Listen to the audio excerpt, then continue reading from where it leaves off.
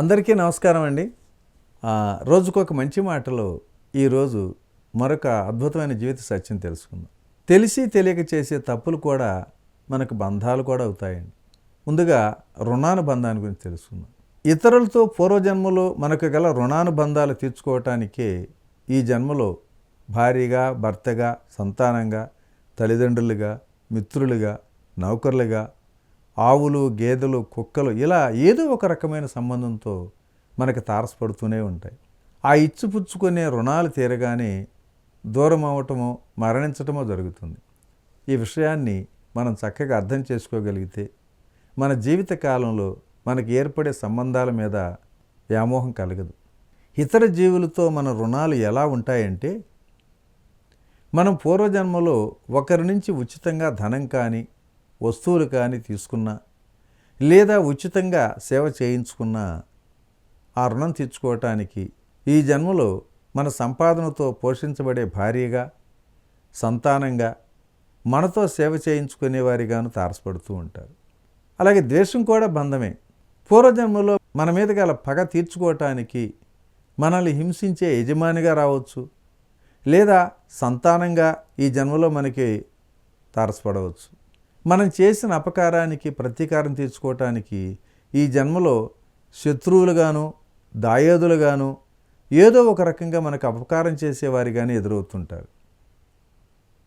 మనం చేసిన ఉపకారానికి బదులుగా ఉపకారం చేయటానికి జన్మలో మిత్రులుగాను, సహాయకులుగాను ఎదురవుతుంటారు.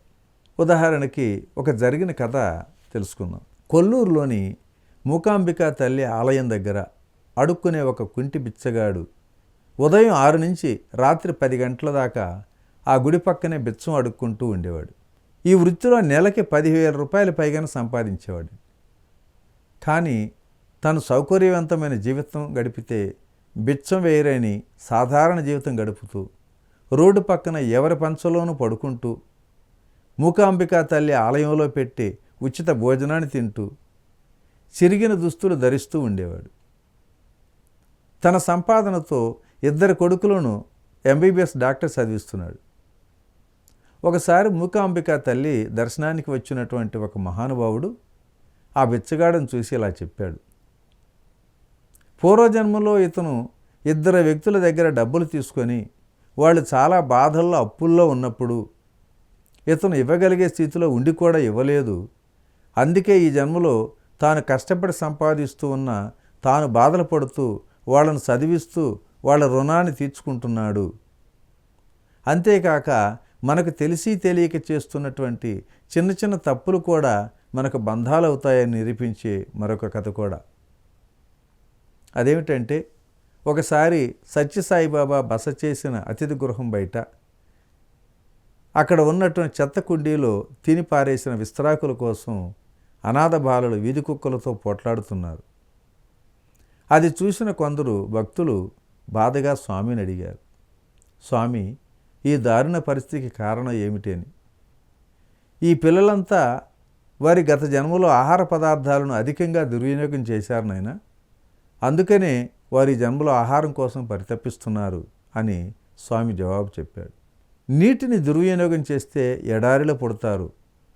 ఏ వనరులను దుర్వినియోగం చేసినా దాని ఫలితాన్ని తప్పక అనుభవించాల్సి ఉంటుంది అన్నారు స్వామి. అలాగే ఒకసారి శ్రీ విద్యాప్రకాశానందగిరి స్వామి వారు బందరికి వెళుతూ గురువైనటువంటి శ్రీ మలయాళ స్వామి వారి అనుమతి తీసుకుని వెళుతూ ఉంటే ఆయన వెనక్కి పిలిచి, నీ చేతి సంచి ఏది అని అడిగితే పక్కనున్న మిత్రుడి చేతిలో ఉంది అని చెప్తాడు. అప్పుడు మలయాళ స్వామి, నువ్వు మొయ్యగలిగి ఉండి కూడా ఈ జన్మలో నీ మిత్రుడి చేత సంచిని మోయిస్తే వచ్చే జన్మలో నువ్వు అతని బియ్యం బస్తాను మోయాల్సి ఉంటుందయా అన్నారంట. మరి ఇలాంటివి మనం తెలిసి తెలియక చాలా చేస్తూ ఉంటాం. మనం ఇతరుల నుంచి మొహమాటం చేతను, మర్యాదకో, కృతజ్ఞతగానో, గౌరవంతోనో లేదా మరే ఇతర కారణాల ద్వారానో ఉచితంగా స్వీకరించినవన్నీ కూడా కర్మ బంధాలై జనన మరణ చక్రంలో మనల్ని బంధిస్తూనే ఉంటాయి. కొత్త వాళ్ళ నుంచి పెన్ను లాంటి వస్తువులను తీసుకోవటం, మన పెట్టె లాంటివి మోయించటం, పక్క వాళ్ళు షాప్కి వెళుతుంటే నాకు ఫలాంటి తీసుకురా అని చెప్పటం, ఇలాంటివి అనేక సందర్భాల్లో ఇతరుల సేవలు ఉచితంగా తీసుకుంటూ ఉంటాం. అవి కూడా కర్మ బంధాలు అవుతాయి అని తెలియక మన జీవిత కాలంలో చేసే ఇలాంటి వేల కొద్ది కర్మబంధాలు చిక్కుకుపోతూనే ఉంటాం. 6 అడుగుల తాసుపాము విషం ఎంత ప్రమాదకరమో అలాగే అంగుళం తాసుపాము విషం కూడా అంతే కదా, అదే ప్రమాదమే కదా. అలాగే కర్మ ఎంత పెద్దదైనా చిన్నదైనా దాని ఫలితం దానికి ఉండి తీరుతుంది తప్ప మాయం కాదు. కాబట్టి మిత్రులారా, ఇక నుంచి అయినా ఆలోచిద్దాం. ఈ కర్మబంధాల నుంచి ఎన్ని జన్మలెత్తినా మనం తప్పించుకోగలమా? పైవన్నీ ధ్యానం తెలియనప్పుడు చెడు కర్మల ఫలితాలు ఎవరికి వారు అనుభవించాల్సి ఉంటుంది. కానీ సరైన సాధన చేశాక చెడు కర్మలు దగ్ధమైనాక ఇంకెక్కడి చెడు కర్మలు అనుభవించడానికి ఉండవుగాక ఉండవు. అందుకే నిరంతరం ధ్యానం చేద్దాం మిత్రులారా. ఓకే ఫ్రెండ్స్, మరి ఈ మంచి మాట ఎంతటితో ముగించుకుందాం. రేపటి రోజుని మరొక జీవిత సత్యం ద్వారా కలుసుకుందాం. Thank you. ఇట్లు మీ రామిరెడ్డి, మానస సరోవరం. ఉన్న స్థితి నుంచి ఉన్నత స్థితికి తీసుకువెళ్లే మార్గాన్ని సూచించే అద్భుతమైన కార్యక్రమాలను అందిస్తున్న PMC ఛానల్ కు మీ వంతు సహకారాన్ని అందించండి. The PMC trust. Google pay, phone pay number 8977009932.